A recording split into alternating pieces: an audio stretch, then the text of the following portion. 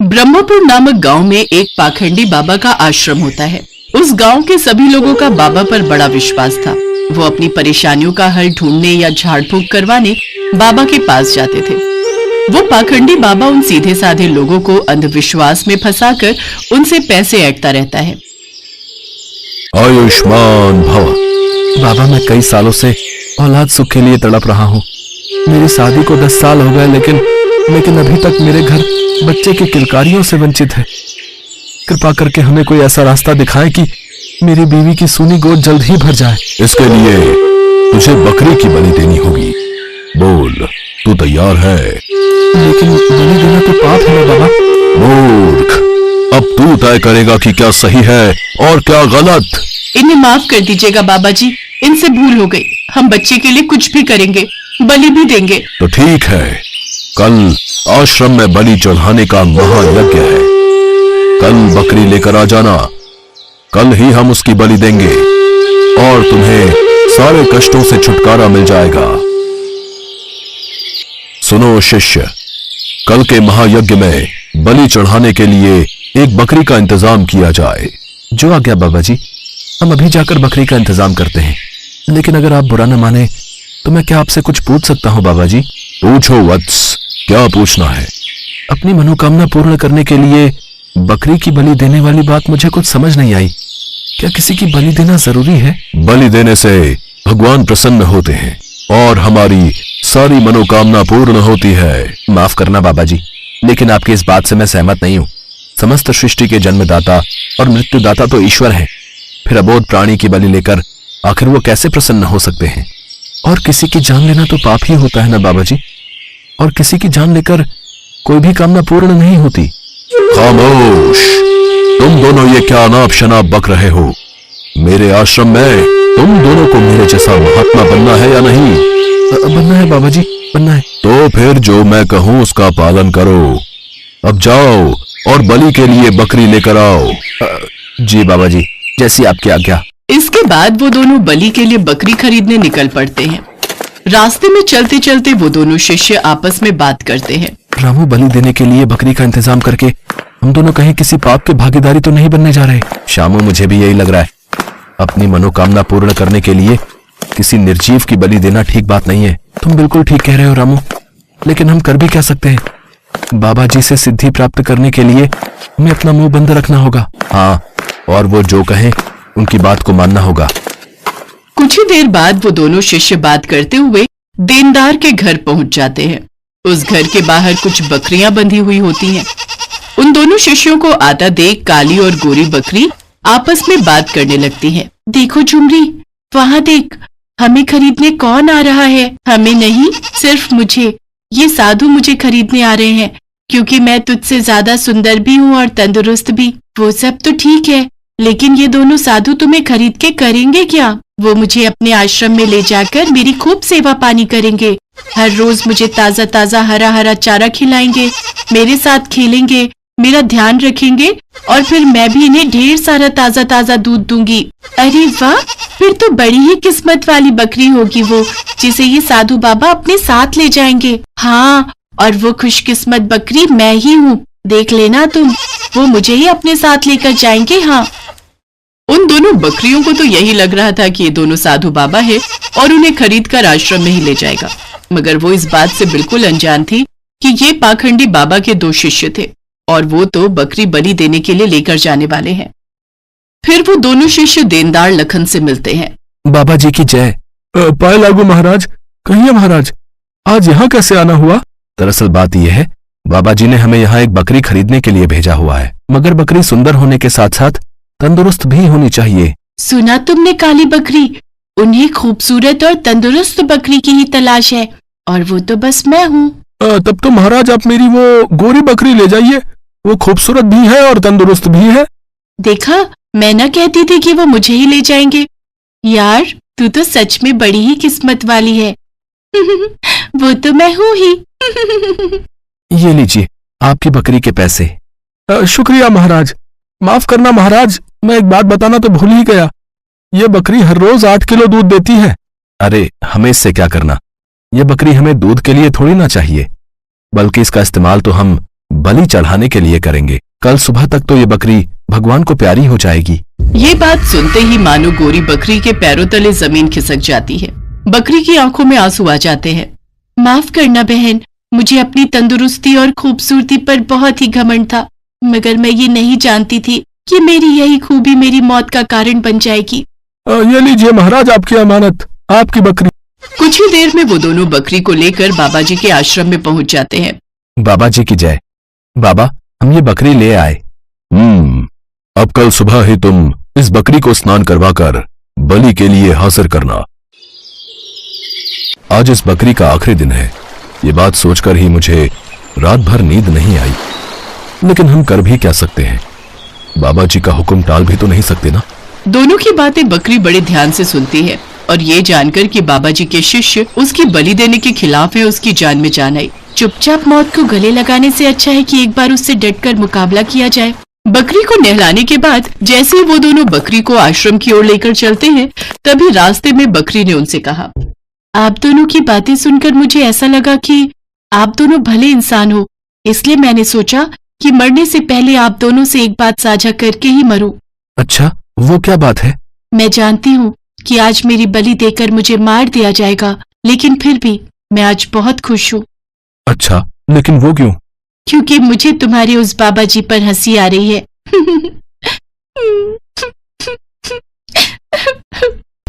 बकरी को पहले हंसता और फिर रोते हुए देखकर दोनों को आश्चर्य हुआ। तभी पहले शिष्य ने बकरी से पूछा, सुनो बकरी, आज तुम्हें मार दिया जाएगा, ये जानते हुए भी तुम पहले हंसने लगी और फिर अचानक ही तुम रोने लगी। ये बात हमें कुछ समझ नहीं आई। बताओ तो, तुमने आखिर ऐसा क्यों किया?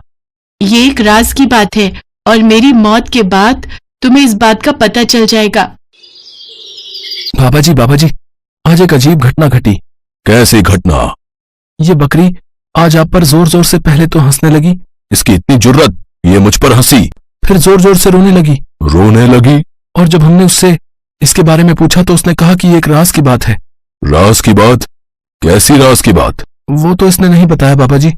ए बकरी, जल्दी से बता, वो कौन सी राज की बात है? आपको मेरी बलि देनी है तो शौक से दीजिए। ए बकरी, हंस क्यों रही है? जल्दी बता। सच्चाई सुन पाओगे बाबा? मौत मेरे सामने खड़ी है, लेकिन फिर भी मैं हंस रही हूँ।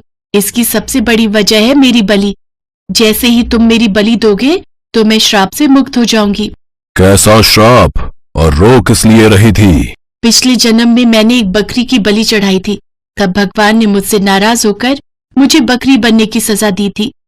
अब आप मेरी बलि दोगे तो आप श्रापित हो जाओगे, फिर अगले जन्म में मैं इंसान बन जाऊंगी और आप बकरी बन जाओगे। इसी वजह से मैं ये बात सोच सोचकर हंस रही हूँ। बकरी की बात सुनकर बाबा उसकी बातों में आ गया। उसे अपने अगले जन्म की चिंता सताने लगी। फिर बाबा ने कसम खाई कि वो कभी भी बकरी की बलि नहीं चढ़ाएगा। शिष्यों, आज से हमारे आश्रम में किसी भी तरह की बलि नहीं दी जाएगी। आज से ये बकरी हमारी प्रिय बकरी होगी। उसको साफ सुथरी जगह पर रखा जाए, हर रोज इसको ताजा ताजा चारा खिलाया जाए, इसको बाहर घुमाने लेकर जाओ और इसकी खूब सेवा पानी करो। ये अब मैं रोज ताजा ताजा दूध दूंगी। इस तरह उस चतुर बकरी ने मुश्किल समय में किस तरह अपनी अक्ल का इस्तेमाल करके अपनी जान बचाई और समाज को ये आदेश दिया कि मुश्किल घड़ी में हमें घबराना नहीं चाहिए। अपने साहस और चतुराई से हर मुश्किल का सामना डटकर करना चाहिए।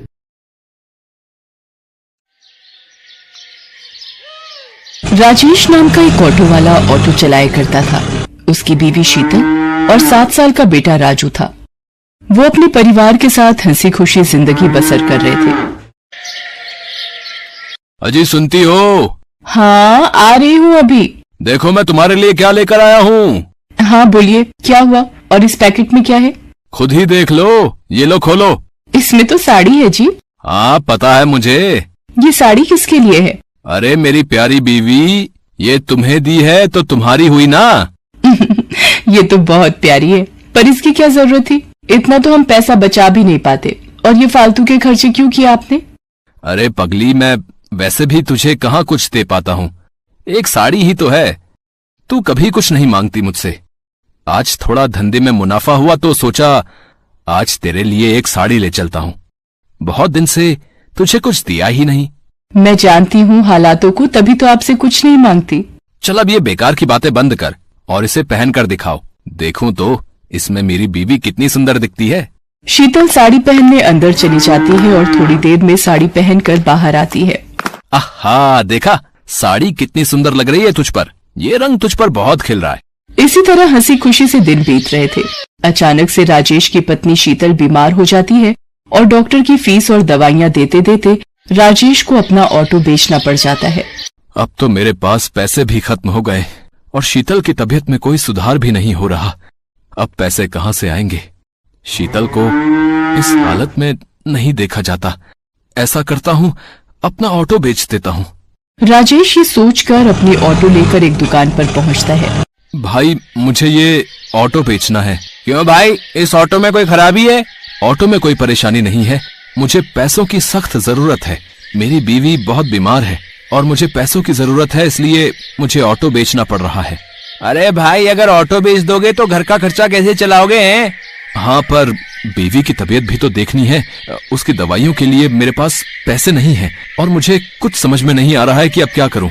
अरे भाई, एक काम कर सकते हैं आप, ऑटो बेचकर एक रिक्शा ले लो, जिससे कुछ पैसे भी मिल जाएंगे और तुम घर चलाने के लिए रिक्शा भी ले लोगे। क्या समझे? बात तो तुम सही कह रहे हो भाई। राजेश बात मान जाता है। राजेश ऑटो बेचकर एक रिक्शा ले लेता है और दिन रात उस पर मेहनत करता है। वहाँ राजेश की पत्नी की तबीयत अचानक खराब हो जाती है और वो उसे हॉस्पिटल लेकर जाता है। डॉक्टर साहब, मेरी पत्नी को एक बार देख लीजिए, उसकी तबीयत बहुत खराब है। ठीक है, इसे मेरे केबिन में लेकर आओ। राजेश शीतल को डॉक्टर के केबिन में लेकर जाता है। इनकी तबीयत बहुत खराब है, आप ये इंजेक्शन जल्दी से लेकर आइए, वरना मैं कुछ नहीं कर पाऊंगा। राजेश के पास पैसे नहीं थे। थोड़े से पैसे लेकर राजेश दवाई की दुकान पर जाता है और इंजेक्शन लेने के लिए पैसे देता है। इनमें 10 रुपए कम है। भाई, मुझे इंजेक्शन दे दो, मेरी बीवी की तबीयत बहुत खराब है। पहले 10 रुपए लेकर आओ। प्लीज मुझे ये इंजेक्शन दे दो, नहीं तो मेरी बीवी मर जाएगी। भाई, मेरे पास यही पैसे हैं और मुझे इंजेक्शन की बहुत जरूरत है। राजेश उसी दुकान के सामने रोने लग जाता है। उस दुकान वाले से रोते रोते अपनी बीवी के लिए इंजेक्शन मांग रहा होता है, लेकिन वो दुकान वाला बहुत लालची था। वो राजेश को वहाँ से भगा देता है। अरे कुछ भी करो, मुझे 10 रुपए दो तभी इंजेक्शन मिलेगा, वरना निकलो यहाँ से। राजेश बिना इंजेक्शन के ही वापस आ जाता है और उसकी बीवी का देहांत हो जाता है। राजेश अपने बेटे के साथ रहने लगता है। उधर दुकानदार, जिसका नाम विपिन था, जहां राजेश के पास पैसे न होने पर उसने राजेश को धक्का देकर भगा दिया था, वो एक बहुत ही लालची दुकानदार था। वो दवाइयों से बहुत पैसा कमाता था, इसीलिए उसने अपनी बहुत जायदाद कर ली थी। आजकल धंधे में बहुत कमाई हो रही है, हर माल में मुनाफा हो रहा है। अब एक काम करता हूँ कि एक प्लॉट और ले लेता हूँ। हाँ। विपिन घर पहुँचता है और प्लॉट लेने की सोचता है। पापा पापा। तभी विपिन को अपने बेटे की आवाज सुनाई देती है और भागकर जाता है तो देखता है कि उसका बेटा जमीन पर बेहोश पड़ा है। वो अपने बेटे को लेकर अस्पताल पहुंचता है। अब डॉक्टर साहब देखो, अब मेरे बेटे को क्या हो गया है? ये बेहोश कैसे हो गया? पता नहीं, जब मैं इसके पास गया तो ये बेहोश पड़ा हुआ था। मुझे इसका चेकअप करना होगा। डॉक्टर उसका चेकअप करता है तो वो विपिन को बताता है। अब क्या हुआ डॉक्टर, मेरा बेटा ठीक तो है? नहीं। क्या हुआ डॉक्टर? आप जरा तसल्ली रखें। अब क्या बात है डॉक्टर साहब, ऐसा आप क्यों कह रहे हैं? मुझे बहुत दुख के साथ कहना पड़ रहा है कि आपके बेटे को कैंसर है। विपिन के पैरों तले जमीन खिसक जाती है और अब संभालिए अपने आप को। ये क्या कह रहे हो डॉक्टर साहब, ऐसा कैसे हो गया? ये सच है विपिन जी। अब क्या कर सकते हैं? मेरा बेटा ठीक तो हो जाएगा ना? हाँ, उसके लिए कुछ महंगी दवाइयां जरूरी हैं और कुछ टाइम इलाज करना पड़ेगा और आपको थोड़ा सब्र रखना पड़ेगा। विपिन अपने बेटे का इलाज करवाना शुरू कर देता है। इस इलाज में बहुत पैसा लगाता है पर उसका बेटा ठीक नहीं होता।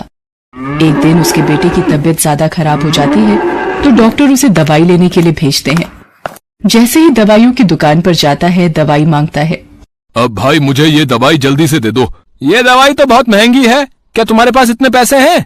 विपिन अपनी सारी जमीन जायदाद गंवा चुका था उसके इलाज में। अब उसके पास कुछ भी नहीं था, सिर्फ चंद रुपयों के अलावा। वो अपने सारे पैसे उसको दिखाता है और कहता है कि मेरे पास ज्यादा नहीं है, बस यही रुपए हैं। इतने में दवाई नहीं आएगी, 100 रुपए और चाहिए। पर भाई मेरे पास इतने ही पैसे हैं, तो दवाई नहीं मिलेगी। जाओ और पैसे लेकर आओ, जाओ।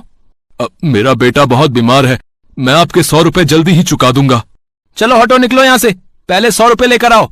तुम्हारे जैसे रोज आते हैं, चलो भागो यहाँ से, गरीब कहीं के। विपिन को पता था कि ये दवाई बहुत सस्ती है और दुकानदार इसे बहुत महंगी बेच रहा है। विपिन उस दुकान वाले से रो रो कर दवाई मांगने लगता है और तभी उसको वो दिन याद आता है जब उसने भी किसी जरूरतमंद को सिर्फ 10 रुपए के लिए दवाई नहीं दी थी। वो अपनी गलती मानता है और समझ जाता है कि करनी का फल तो भुगतना ही पड़ता है और विपिन बहुत रोता है। तभी दुकान वाला विपिन की हालत देख उसके पास आता है और उसको दवाई दे देता है। विपिन को दवाई के कारण अब बहुत देर हो चुकी होती है। अब कुछ देर में अस्पताल नहीं पहुंचा तो उसके बेटे का बचना मुश्किल था। विपिन भागते हुए जाने लगता है, लेकिन उसे पता था कि वो ऐसे नहीं पहुंच पाएगा, इसलिए कई लोगों से अस्पताल छोड़ने को कहता है, लेकिन उसके पास पैसे न होने पर कोई भी उसको अपनी गाड़ी में नहीं बिठाता।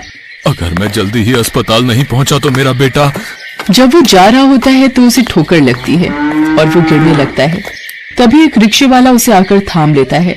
वो वही रिक्शे वाला होता है जिसको दवाई देने के लिए विपिन ने मना कर दिया था, लेकिन फिर भी वो अपने रिक्शे में विपिन को बिठा लेता है और पूछता है, भाई तुम्हें कहाँ छोड़ दूं? मेरा बेटा अस्पताल में है, मुझे वहां जल्दी पहुंचना है, लेकिन मेरे पास पैसे नहीं हैं। कोई बात नहीं, आप परेशान ना हो, सब ठीक हो जाएगा। मैं आपको वहाँ बिना पैसों के छोड़ दूंगा। विपिन बैठे बैठे बस अपने किए पर पछता रहा होता है। उसका लालच उसके सामने आ रहा था। वो अपने किए पर बहुत पछता रहा था, पर समय निकल चुका था। मैंने दूसरों का बहुत दिल दुखाया है और शायद इसीलिए आज मेरी ये हालत है। इसी वजह से मुझे आज ये दिन देखना पड़ रहा है। मैंने न जाने कितनों को दवाई नहीं दी, कुछ पैसों के लिए, और आज मैं भी वहीं खड़ा हूँ। आज मेरे पास भी पैसे नहीं है और दवाई की जरूरत है। सबको ऐसा ही महसूस होता होगा जैसा कि मैं लाचार महसूस कर रहा था। विपिन हॉस्पिटल पहुंचता है और वहां जाकर दवाई डॉक्टर को दे देता है। वहां उसके बेटे की तबीयत और खराब हो रही होती है। ये सब उससे देखा नहीं जाता और उसकी आंखों से आंसुओं की धारा निकल पड़ती है। तभी उसको भगवान की मूर्ति दिखाई पड़ती है। भगवान, मेरे कर्मों की सजा मेरे बच्चे को मत दो। जो सजा देनी है मुझे दे दो, पर मेरे बच्चे को बख्श दो। और ये कहकर वो फूट फूट कर रोने लगता है। तभी डॉक्टर वहां आते हैं और बताते हैं कि उनका बेटा अब ठीक है। विपिन राहत की सांस लेता है और उसके कुछ समय बाद विपिन का बेटा ठीक होकर घर आ जाता है।